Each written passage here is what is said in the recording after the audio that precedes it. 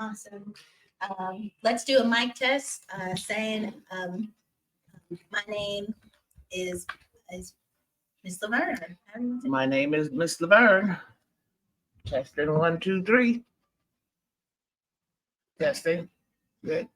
Can I get you also to say, my name is Miss Laverne, and I deserve to be policy protected. My name is Miss Laverne, and I deserve to be policy protected. That's right. Tell us a little bit about your roots. We'll start there, like the community in which forged you, that brought you here to this table. Well, my background, I grew up in New York City. I grew up in a residential neighborhood. My parents purchased a home in the 1960s, and I lived there until I was 19. I moved to California. However, in my adolescent years, it was a nice neighborhood. It was a predominantly Black neighborhood, which prior to that, it had been a white neighborhood. And, Black folks moved in, white folks ran away. We had a co-op, which was all Jewish when we moved in the 60s. And then eventually it turned all Black, And I lived in a wonderful neighborhood. I've been asked for a better neighborhood. It was a village raising children. Everybody was respectful. We had neighborhood associations, so that's how come it's easy for me to be involved with the Tenant Union Association, because I grew up doing activism and helping out the community and planning things and stuff like that. Talk about, because we're going to get to Liberty Green, but I want to talk about gentrification and how you've seen it in your life and how it's impacted communities that you're from. Yeah.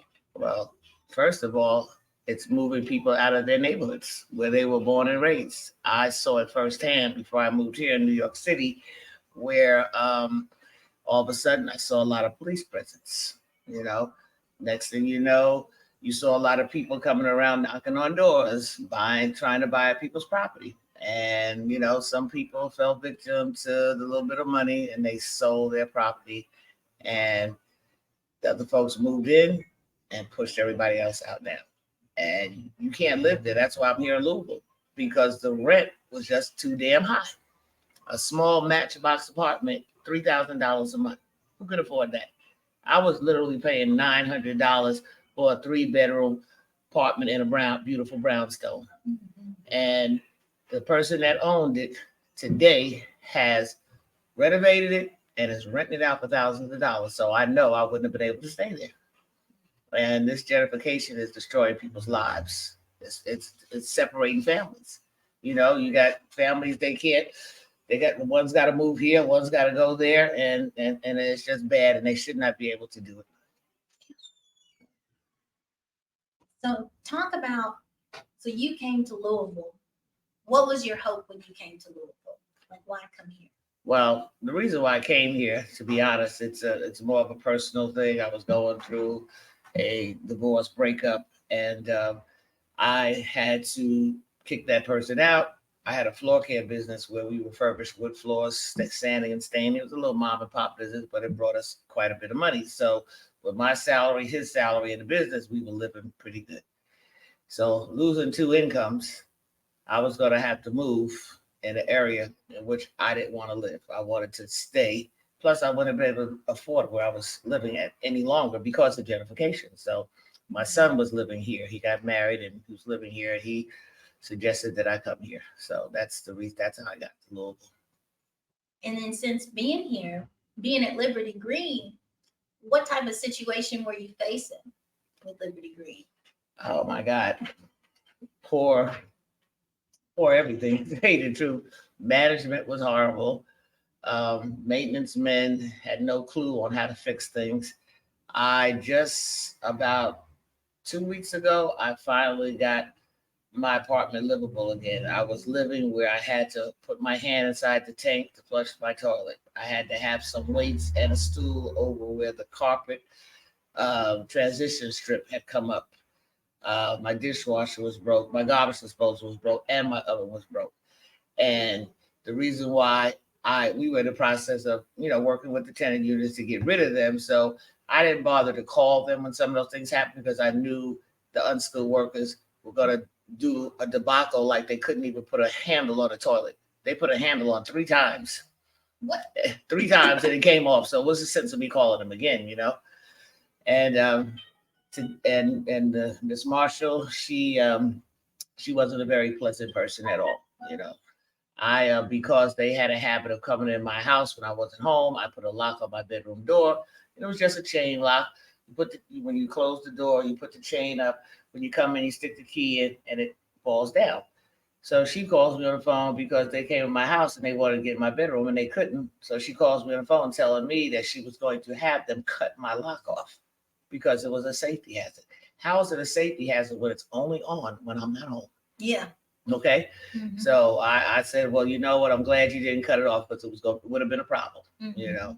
So, just uncooperative. You call about fixing things. They took forever, Now, the only thing I can say right now, as far as Miss Marshall is concerned, I haven't really dealt with her too much. But Ludwig still doesn't have any maintenance people. They have one maintenance guy, and I have to say Todd is good. But Todd can't do everything. Yeah. Todd cannot do everything. He has 2 guys, Todd and this other gentleman. They came to my house and they knocked out what was wrong with my apartment in a matter of an hour and a half, 2 hours, except for the transition strip because they're trying to get linoleum put down because of my disability.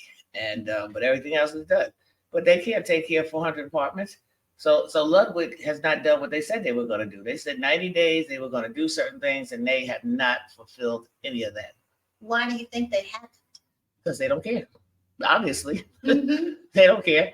They just said what they had to say to keep us quiet for the moment, and was hoping that they would be able to skate through without us saying anything. But they got the wrong one. Mm-hmm. They got the wrong one.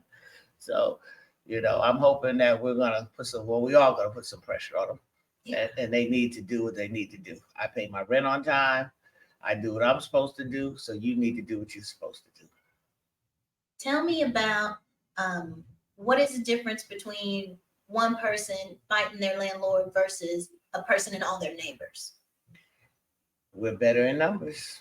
One person, you're going to be ignored. But if you got a bunch of people putting pressure, making noise, and letting it be known what's going on, people are more apt to do what they're supposed to do, which it shouldn't have to be that way, but that's just the way it is.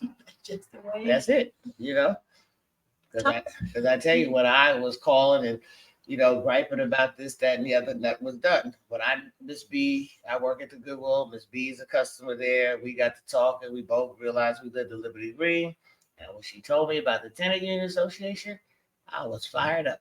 I was so excited because I had no idea there was anybody in the city that cared about these types of situations. So I really appreciate the Tenant Association very much. Talk about the housing that you deserve, that your neighbors deserve. Like, what should it be at Liberty Green? It should be safe, for one. You should be able to feel comfortable in your home. You should be able to have things working properly in your home. You shouldn't have to, when something does go wrong, you shouldn't have to call 1,000 times. It's all about respecting me as a human being, treating me the way you want to be treated. The way I live my life, I'm not going to do nothing to you that I don't want done to myself. And if everybody lived that way, it'd be a better place. I expect them to, if people are paying their rent, doing what they're supposed to do, then you need to make sure that they're safe, secure, everything in their homes are working. You should communicate with them. And most of all, you should show them some respect.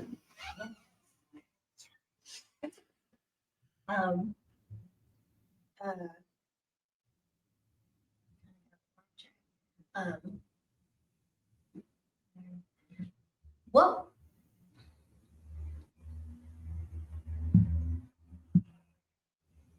It'll come back to you, girl. I know, my whole thought just went out of my head. That's okay. We'll just go ahead, I wanted to hear, how do you feel in this moment, the 50th anniversary of hip hop? We're having this rent party. We're bringing people together around multiple legislations, different campaigns. Like, how do those things connect to you? What's your connection to both?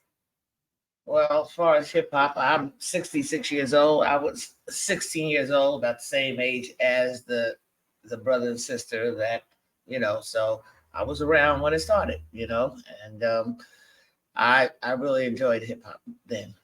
I can't say that now. I can't say it now, but I really enjoyed it. And as far as the movement, I think it's awesome. I feel so good to see all these young people at this party tonight. You know, to see that they are banding together, they are standing up for what's right. They are just the togetherness, the camaraderie. You know, it's a wonderful thing, and it really warms my heart.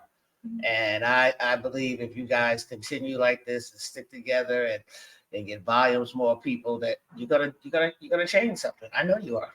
I truly believe that with all my heart. There's gonna be some changes, and I want to say thank you to you guys and keep up the good work. Thank you to you. Thank you for this interview as well. All right. Yes, ma'am. Do you have any closing remarks or anything you wanted to add?